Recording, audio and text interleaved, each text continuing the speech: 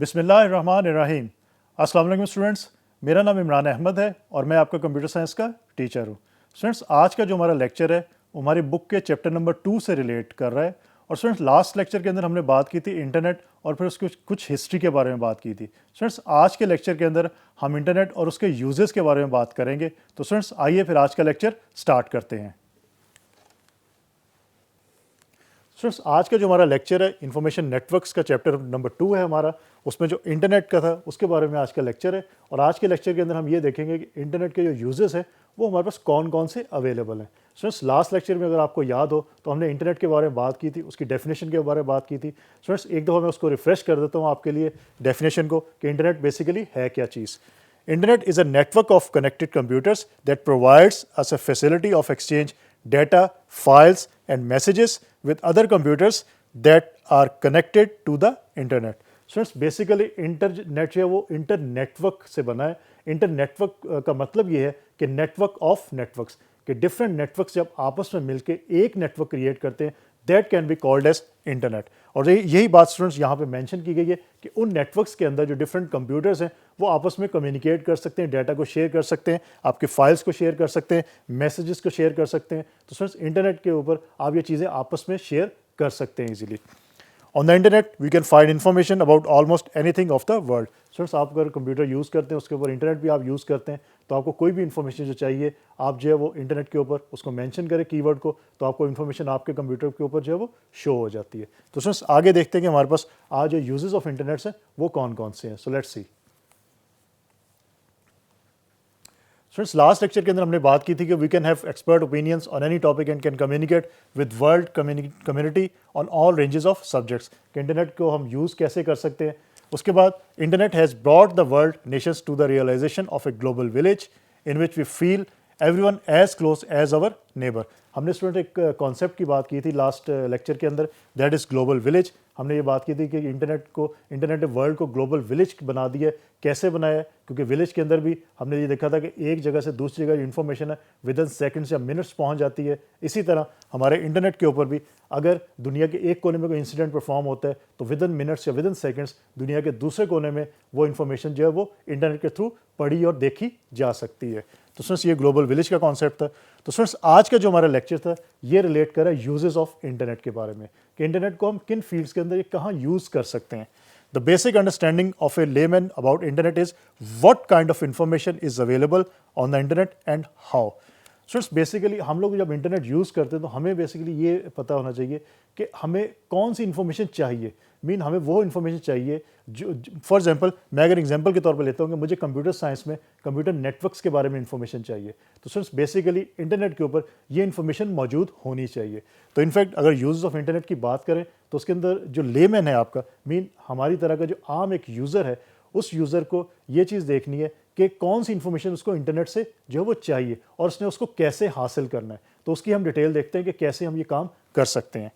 The internet has many components of immense utilization. Few of them are given below. कुछ components के बारे में हम आज बात करेंगे अपने लेक्चर के अंदर।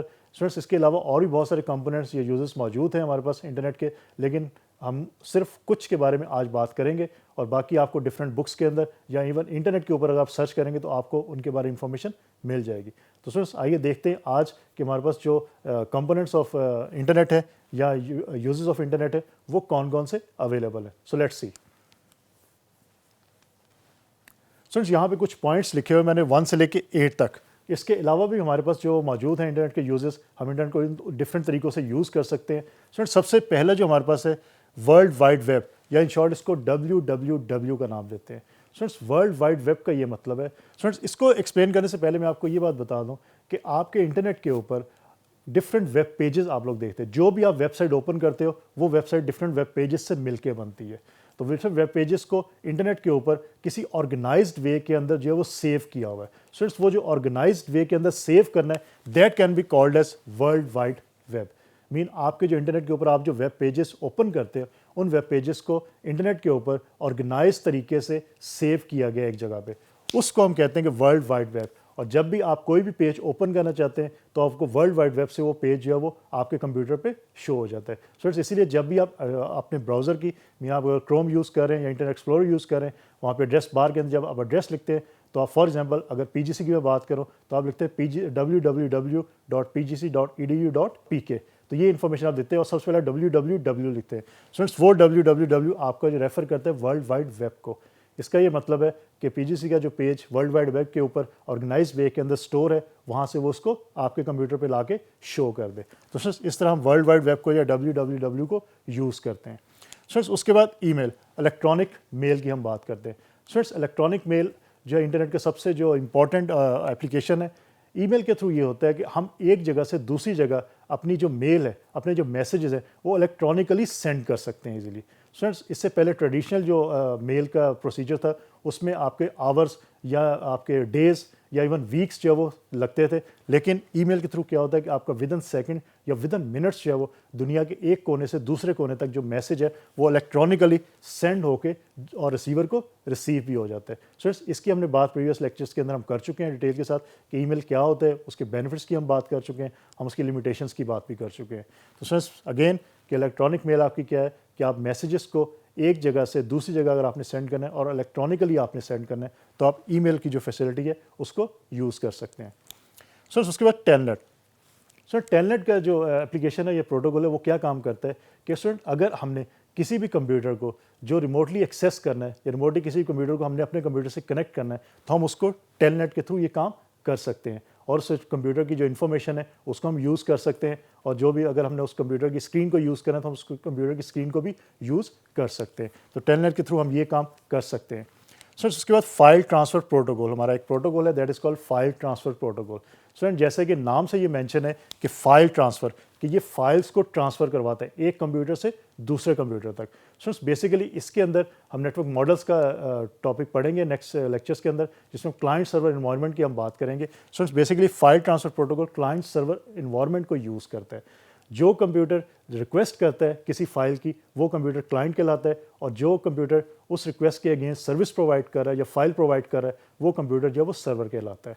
तो उसमें बेसिकली फाइल ट्रांसफ़र प्रोटोकॉल के अंदर ये होता है कि फॉर एग्जांपल अगर मैंने अपने कंप्यूटर से किसी भी कंप्यूटर को फाइल कोई ट्रांसफ़र करनी है, मीन डाउनलोड करनी है अपने कंप्यूटर के ऊपर, तो उसमें मैं उसको रिक्वेस्ट करूँगा और वहाँ से कंप्यूटर के ऊपर दूसरे कंप्यूटर से रिमोटली मैं अपने कंप्यूटर पर जो फाइल है उसको डाउनलोड कर लूँगा। और स्टूडेंट्स अगर मैं अपने कंप्यूटर से किसी रिमोटली दूसरे कंप्यूटर पे कोई फाइल सेंड करना चाहता हूँ तो स्टूडेंट उस फाइल को, उस चीज़ को हम कहेंगे कि फाइल अपलोड करना, कि आपके कंप्यूटर से दूसरे कंप्यूटर तक आप फाइल को सेंड कर रहे हो, that can be called as uploading. और अगर आप वहाँ दूसरे कंप्यूटर से अपने कंप्यूटर पे जो फाइल सेव कर रहे हो that can be called as downloading. तो स्टूडेंट्स ये डाउनलोडिंग और अपलोडिंग का कॉन्सेप्ट भी आपका जो इसके अंदर यूज़ होता है, तो इस कॉन्सेप्ट को भी याद रखिएगा क्योंकि डाउनलोडिंग और अपलोडिंग आपके इंटरनेट के ऊपर डिफरेंट फील्ड्स के अंदर आपको बहुत जगह पे ये चीज़ें लिखी हुई नज़र आएंगी। सो यू मस्ट अंडरस्टैंड कि डाउनलोडिंग क्या होती है और अपलोडिंग क्या होती है। तो अगेन मैं आपको थोड़ा सा इसका ओवरव्यू दे देता हूँ दोबारा फाइल ट्रांसफ़र प्रोटोकॉल का, कि आपने किसी भी रिमोटली, सो इस रिमोटली का मतलब ये होता है कि ऐसा कंप्यूटर जिससे आप डायरेक्टली कनेक्ट नहीं होते, आप डिफरेंट नेटवर्क्स के थ्रू उस कंप्यूटर से कनेक्ट होते हैं। मीन आप उसको डायरेक्टली कनेक्ट नहीं होते, मीन उसको डायरेक्टली आप देख नहीं सकते फिजिकली, वो आपके नज़रों से ओझल होता है, वो किसी और नेटवर्क पे मौजूद होता है कंप्यूटर, आप उससे कनेक्ट होते हैं, that can be called as remotely connect. तो आप उससे रिमोटली कनेक्ट होते हैं, कनेक्ट होने के बाद जो फाइल आपको चाहिए उस फाइल की आप रिक्वेस्ट को करते हैं और वो फाइल फिर आप उस कंप्यूटर से डाउनलोड अपने कंप्यूटर पे कर लेते हैं। सो इस तरह फाइल ट्रांसफ़र प्रोटोकॉल जो है वो यूज़ होते हैं। सो नॉर्मली अगर आप यूनिवर्सिटीज़ की वेबसाइट को चेक करें तो वहाँ पे जो फाइल्स या लेक्चर्स मौजूद होते हैं वो FTP प्रोटोकॉल को यूज़ करते हैं। तो उसके थ्रू आप उन फाइल्स को, जो भी फाइल आपको चाहिए, जो भी लेक्चर आपको चाहिए, उसकी जो फाइल अवेलेबल होगी उस कंप्यूटर के ऊपर, उसको आप अपने कंप्यूटर पे इजीली डाउनलोड भी कर सकते हैं। सो उसके बाद नंबर 5 के ऊपर हमारे पास जो है that is called gopher. So gopher basically एक इंफॉर्मेशन रिट्रीवल सिस्टम है। और सो पहले तो बात करते हैं कि इंफॉर्मेशन रिट्रीवल सिस्टम है क्या चीज़। अगेन स्टूडेंट अगर आप नाम को देखें, इंफॉर्मेशन रिट्रीवल, कि इंफॉर्मेशन रिट्रीव करना, इंफॉर्मेशन गेट करने वाला सिस्टम। So basically gopher is information get करने का सिस्टम है कि आपके इंटरनेट के ऊपर अगर आपने किसी भी टाइप की इंफॉर्मेशन को गेट करना है, जिसमें नॉर्मली आपके रेफरेंस मटेरियल्स होते हैं, उसको अगर आपने डाउनलोड करना है अपने कंप्यूटर के ऊपर, तो आप गुफर की जो फैसिलिटी है उसको यूज़ कर सकते हैं। गुफर का जो प्रोटोकॉल है आप इसको यूज़ करते हुए कोई भी रेफरेंस मटेरियल जो अपने कंप्यूटर के ऊपर उसको डाउनलोड ईजिली कर सकते हो। तो बेसिकली ये याद रखिए गुफर इज़ अ रिट्रीवल सिस्टम, फिर आप इंफॉर्मेशन जो है वो रिट्रीव करते हैं गुफर के थ्रू।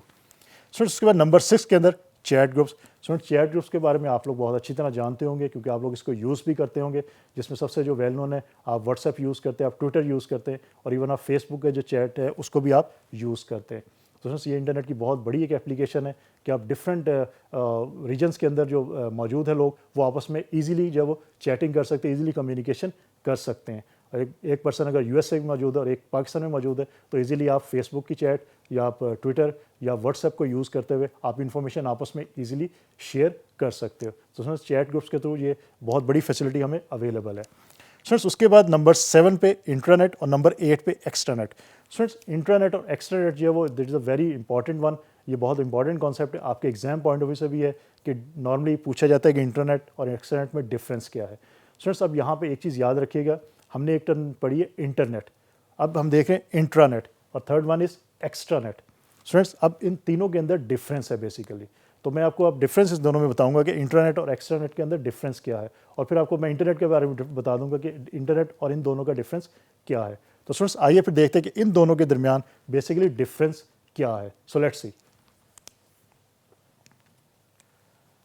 तो स्टूडेंट्स, अभी जो हमने दो टर्म्स पढ़ी, टर्मिनोलॉजीज, जिसमें इंट्रानेट और एक्स्ट्रानेट, स्टूडेंट्स आइए देखते हैं कि इनके दरमियान हमारे पास डिफरेंसेस क्या क्या मौजूद हैं। स्टूडेंट, इंटरनेट का तो हमने डिटेल पढ़ ली थी और उसकी हमने डेफिनेशन भी देखी, लास्ट लेक्चर में भी देखी और आज के लेक्चर में भी हमने देखी इंटरनेट की डेफिनेशन कि इंटरनेट बेसिकली इंटर नेटवर्क, कि आपके जो डिफरेंट नेटवर्क्स हैं या network of networks can be called as internet, कि आपके डिफरेंट नेटवर्क्स जब आपस में कम्युनिकेट करते हैं तो we can say this is an internet. Students, अब देखते हैं कि इंटरनेट और एक्स्ट्रानेट क्या चीज़ है। सबसे पहले इनकी डेफिनेशन, हमने कुछ पैरामीटर्स डिफाइन कर दिए, यहाँ पे 6 पैरामीटर्स हमने डिफाइन किए हैं जिसकी बेस के ऊपर हम इंटरनेट और एक्स्ट्रानेट के अंदर डिफरेंसेस जो है वो एलेबोरेट करेंगे। स्टूडेंट्स, आपके एग्जाम पॉइंट ऑफ व्यू से इज़ वेरी इंपॉर्टेंट, आपके एग्जाम में इनका डिफरेंस पूछा जा सकता है, तो आप इसको ज़रा अच्छी तरह समझिएगा। स्टूडेंट्स, सबसे पहले जो है पैरामीटर के अंदर की डेफिनेशन, सबसे पहले तो हम डेफिनेशन के पॉइंट से इन दोनों को डिफ्रेंशिएट करते हैं कि देखते हैं सबसे पहले कि ये चीज़ें है क्या।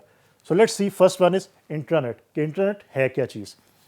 अ privately owned secure business network based on internet technology, although not necessarily connected to internet. Students, अब बेसिकली गौर कीजिएगा यहाँ पे मेंशन क्या है, a privately owned secure business network based on internet technology. Main internet technology का क्या मतलब है कि इंटरनेट के ऊपर जिस तरह हम डिफरेंट कंप्यूटर्स को जब आपस में कनेक्ट करते हैं और डाटा को शेयर कर सकते हैं, रिसोर्सेज को शेयर कर सकते हैं, इसका मतलब है कि इंटरनेट के अंदर भी हम ये काम कर सकते हैं। मेन इसके अंदर भी हम डिफरेंट कंप्यूटर्स को आपस में कनेक्ट करते हैं और आपस में डाटा को शेयर कर सकते हैं और रिसोर्सेज को भी शेयर कर सकते हैं। लेकिन डिफरेंस क्या है, although not necessarily connected to internet, कि स्टूडेंट्स होता ये है कि इंटरनेट के ऊपर, internet is a public network, कि पूरी दुनिया के अंदर जो भी नेटवर्क्स आपके कनेक्ट हैं आपस में, इंटरनेट का मतलब है कि आपने कोई इन्फॉर्मेशन अगर आपको चाहिए और वो इन्फॉर्मेशन जो है वो किसी ऐसे कंप्यूटर पर पड़ी है जो यूएसए के अंदर किसी नेटवर्क के अंदर मौजूद है, तो अगर आप इंटरनेट यूज़ करें तो आप उस कंप्यूटर से वो इन्फॉर्मेशन जो है वो गेट कर सकते हैं इजीली। स्टूडेंट्स, लेकिन इंटरनेट के अंदर ये होता है कि ये प्राइवेटली ओन्ड नेटवर्क होता है, या in other words you can say privately owned internet, कि ये विद इन ऑफिसेस या विद इन बिल्डिंग के अंदर या विद इन ऑर्गेनाइजेशन के अंदर ये इंटरनेट होता है आपका, कि काम ये इंटरनेट की तरह ही करता है लेकिन विद इन ऑर्गेनाइजेशन ये काम करेगा। अगर उस ऑर्गेनाइजेशन से बाहर से कोई एक्सेस करने की कोशिश करेगा उस ऑर्गेनाइजेशन की इंफॉर्मेशन को, तो वो पॉसिबल नहीं है। स्टूडेंट्स, इंटरनेट के अंदर ये पॉसिबल होता है लेकिन इंट्रानेट के अंदर ये पॉसिबल नहीं है। इंटरनेट के अंदर सेम टेक्नोलॉजी, इंटरनेट टेक्नोलॉजी ही यूज़ होती है, तमाम उस तरह आपके डाटा शेयर होता है, आपके रिसोर्सेज शेयर होती है, लेकिन विद इन ऑर्गेनाइजेशन ये काम होगा, ऑर्गेनाइजेशन से बाहर से कोई उसको एक्सेस नहीं कर सकता। तो दैट इज़ कॉल्ड इंट्रानेट। अब इसके कंट्रास्ट में अगर बात करें एक्स्ट्रानेट की, तो इसमें बहुत माइनर सा डिफरेंस है दोनों में, इंट्रानेट और एक्स्ट्रानेट के अंदर। Two or more internets connected in such a way that they enable collaborations among companies that own the separate इंट्रानेट्स।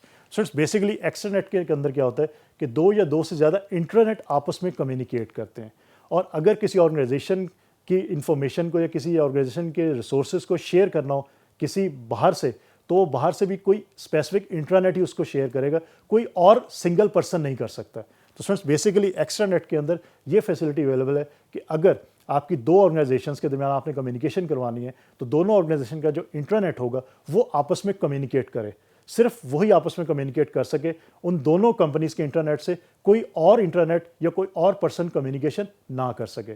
तो वो दोनों इंटरनेट का आपस में जो कम्युनिकेशन लिंक होगा वो बेसिकली एक्सटर्नेट कहलाएगा। अब स्टूडेंट्स ये बेसिकली आपका दो इंटरनेट भी हो सकते हैं, और ये भी हो सकता है कि आपका एक इंटरनेट है कंपनी का, और उस कंपनी के जो डिफरेंट यूज़र्स हैं या एम्प्लॉयज़ हैं वो उस कंपनी से बाहर बैठ के उस कंपनी का जो नेटवर्क है या इंटरनेट है उसको एक्सेस करें। जब वो इसको एक्सेस करेंगे that can be also called as extranet. तो बेसिकली ये इंट्रानेट और एक्स्ट्रानेट के अंदर ये मेजर डिफरेंस है। मैं इसको एक दो फिर एक्सप्लेन कर देता हूँ, बता देता हूँ कि basically internet is a public network. पूरी दुनिया में जो भी आप कंप्यूटर आपका इंटरनेट के ऊपर मौजूद होगा वो इन्फॉर्मेशन दूसरे को देगा और कोई भी उससे इन्फॉर्मेशन गेट कर सकता है। स्टूडेंट्स इंटरनेट के अंदर ये है कि जिस तरह इंटरनेट के ऊपर डाटा शेयर होता है, रिसोर्सेज शेयर हो सकती हैं, लेकिन इंटरनेट के ऊपर वो डाटा शेयर और रिसोर्सेज सिर्फ विद इन ऑर्गेनाइजेशन होंगी। जो ऑर्गेनाइजेशन का जो नेटवर्क होगा उसके दरमियान ये सारा काम हो सकेगा, कोई बाहर से उसको एक्सेस नहीं कर सकेगा। That can be called as intranet. और एक्स्ट्रानेट के अंदर ये होता है कि अगर आप ये पॉसिबिलिटी, आप ये फैसिलिटी प्रोवाइड करना चाहते हैं कि कुछ लोग या कोई और कंपनी किसी और कंपनी का इंटरनेट आपके इंटरनेट को एक्सेस कर सके, तो आप जो है उसको अलाउ कर सकते हो और वो एक्स्ट्रानेट कहलाएगा। उसमें भी आपकी कंपनी का जो इंटरनेट है उसको पूरी दुनिया के इंटरनेट जो है वो एक्सेस नहीं कर सकेंगे, सिर्फ वही कर सकेंगे जिनको आपने अलाउ किया होगा। तो फ्रेंड्स ये बेसिकली इंटरनेट और एक्स्ट्रानेट के अंदर मेजर डिफरेंसेस है, इसको याद रखिएगा।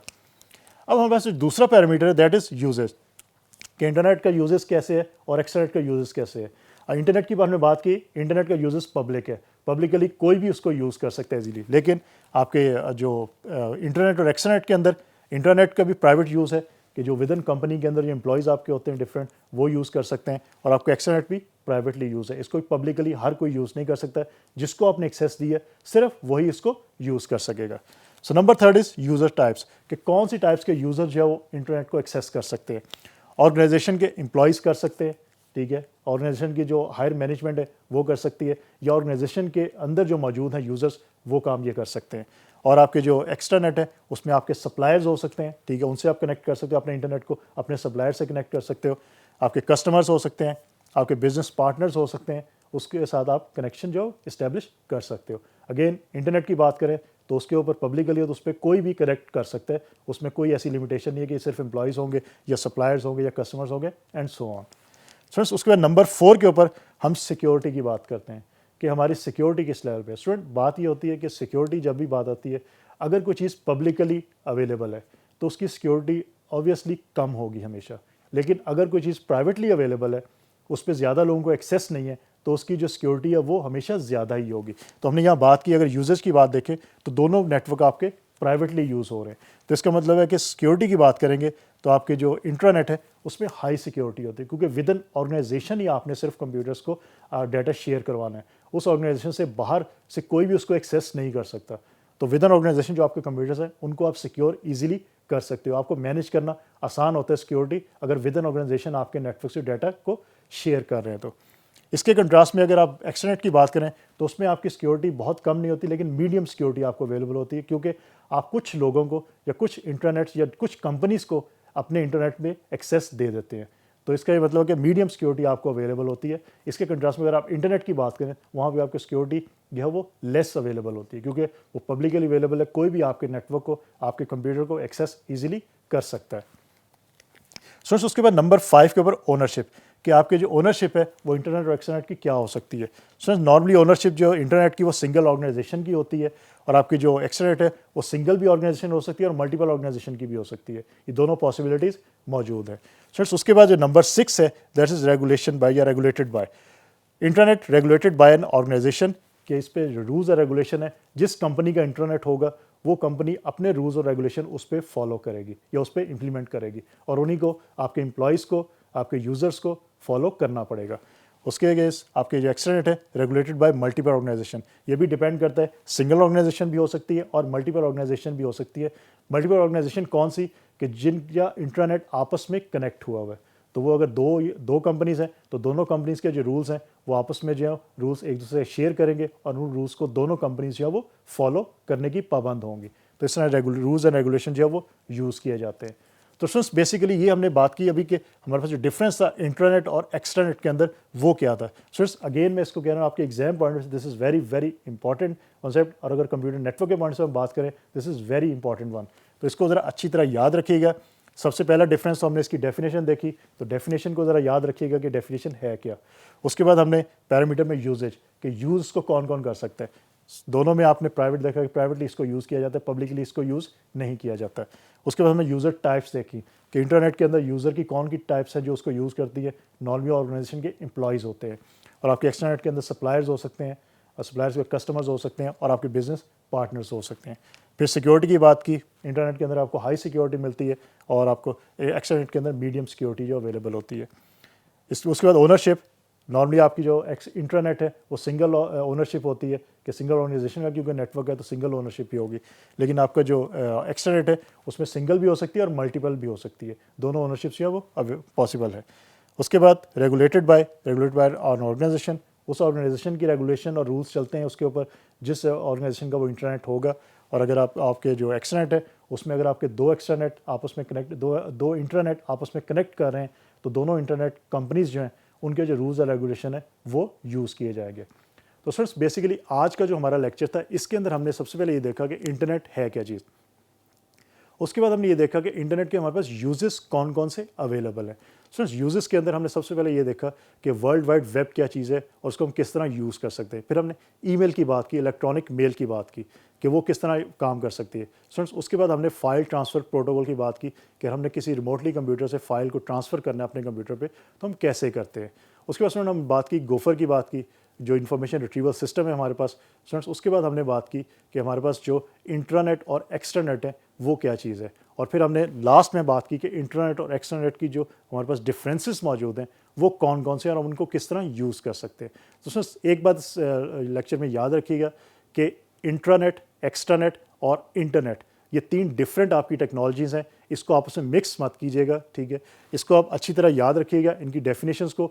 सबसे मेजर जो डिफरेंस इन तीनों टेक्नोलॉजीज़ के अंदर, इंटरनेट पब्लिक नेटवर्क है आपका और पब्लिकली अवेलेबल होता है। इंट्रानेट और एक्सट्रानेट आपका पब्लिक नेटवर्क नहीं है, दीज आर प्राइवेट नेटवर्क्स। ये प्राइवेटली ऑर्गेनाइजेशंस के अंदर यूज़ होते हैं, इसको पब्लिकली हर कोई यूज़ नहीं कर सकता। तो फ्रेंड्स होपफुली आज का लेक्चर आपको अच्छी तरह समझ आ गया होगा। इंशाल्लाह अगली दफ़ा नए लेक्चर के साथ दोबारा मुलाकात होगी, तब तक के लिए अल्लाह हाफिज़।